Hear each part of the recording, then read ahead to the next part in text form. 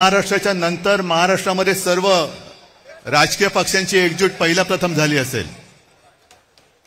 ही विरोधी पक्षांची एकजूट नाही, ही लोकशाहीचं प्रतिनिधित्व आणि लोकशाहीचं नेतृत्व करणाऱ्या सर्व राजकीय पक्षांची एकजूट आहे। आणि मतचोरी करणाऱ्यांना सांगतो की आज नुसती ठिणगी बघताय, या ठिणगीचा वणवा कधी होऊ शकेल एवढं लक्षात ठेवा। तुमच्या बुडाला आग लावण्याची ताकद या ठिणगीमध्ये आहे।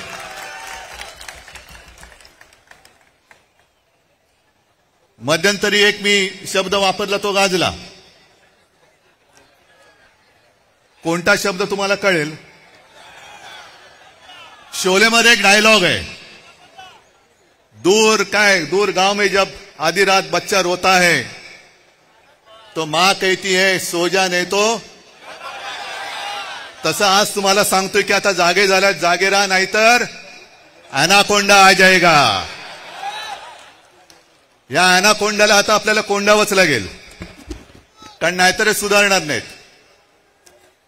मला एका गोष्टीचं आश्चर्य वाटतं की एवढ्या सगळ्या धडधडीत पुरावे, आज राजनीती किती डोंगरच आहे तो, रोज कुठून ना कुठून तरी पुरावे येत आहेत, तरी सुद्धा आपले राज्यकर्ते आणि निवडणूक आयुक्त कसल्यांचे नोकर आहेत। आणि यांची खाका, मी अनाकोंडा का बोलतोय, काहीतरी गंमत किंवा चेष्टा मस्करी करायची म्हणून नाही बोलत आहे। यांची भूक शमत नाही। आपला पक्ष चोरला, निशाणी चोरली, नाव चोरलं, अरे माझे वडील चोरायचा प्रयत्न करतायत, आणि तेही पुरेसं नाही म्हणून आता मतचोरी करायला बघतायत। बाकी सगळे इकडे एकत्र आलेले आहेत, पण सत्ताधारी याच्यामध्ये कोणी आलेलं नाहीये। मुख्यमंत्री मध्ये म्हणाले की लोकसभेच्या वेळेला राजकीय म्हणजे आमच्या विरोधी पक्ष म्हणजे आपण कोणत्या मतदारसंघात कसा लाभ घेतलेला आहे याचा पर्दाफाश मी करेन। मी मुख्यमंत्र्यांना तुमच्या सगळ्यांच्या साक्षीने आव्हान देतो आहे की तुम्ही आमचा पर्दाफाश कराच, करूनच टाका एकदा। काय ते दूध का दूध, पाणी का पाणी।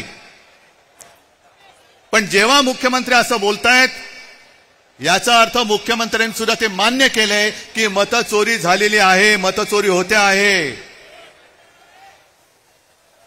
आज मला अभिमान आहे एका गोष्टीचा, आपण दरवेळेला असं म्हणतो की महाराष्ट्र देशाला दिशा दाखवतोय। आज संपूर्ण महाराष्ट्र आपल्या रूपामध्ये एकवटलेला आहे आणि तो देशाला दिशा दाखवतोय। मी तुमच्या सगळ्यांवरती आता एक जबाबदारी टाकतोय, तुम्ही सगळे आपण बाकीचे आपले पक्ष वगैरे बाजूला ठेवून एकवटलेलो आहोत। ज्या गोष्टी आता आम्ही करतो आहोत, शिवसेना, महाराष्ट्र नवनिर्माण सेना, राष्ट्रवादी काँग्रेस, कम्युनिस्ट, शेतकरी कामगार पक्ष सगळ्यांचे कार्यकर्ते करतायत, तसं मी सर्व मतदारांना आवाहन करतोय, राज्यातल्या नव्हे तर देशातल्या, की सगळ्या जणांनी आपापलं नाव आपल्या यादीत आहे की नाही हे पुन्हा जाऊन तपासा। आणि आपल्या घरामध्ये आपल्याला न दिसणारी, आपली परवानगी न घेतलेली माणसं राहतात की नाही हे सुद्धा तपासा। कारण जर शौचालयामध्ये 100 माणसं राहत असतील तर तुमच्या घरात किती राहू शकतात? आणि मी मतदारांना का सांगतोय, कारण हे तर सगळे राज तू दाखवले, बाकीच्यांची जशी दुबार तिबार नाव आहेत ती। आज मी दाखवतोय एक असा अर्ज आहे की त्याच्या अर्जाखाली एक शेरा आहे, तो शेरा पहिल्यांदा वाचतो, त्याच्यानंतर मी नाव वाचतो की सदर अर्जाबाबत अर्जदार, आता अर्जदाराचं नाव मी नंतर सांगतो, यांची भेट घेऊन सदर अर्जाबाबतची पडताळणी केली असता हा अर्ज आम्ही केलेला नाही असा अभिप्राय मिळाला आहे। त्या आधारे सदर अर्ज रद्द म्हणजे बाद करण्यात आलेला आहे। आणि हा अर्ज ज्याने अर्ज केलेलाच नाही, आपल्या नावाने ज्याने अर्ज तिकडे कोणी केला हे माहितीच नाही, त्या अर्जदाराने केलाय। आता हा अर्जदार शोधायचं कुठे? तर त्या अर्जदाराचं नाव आहे उद्धव बाळासाहेब ठाकरे।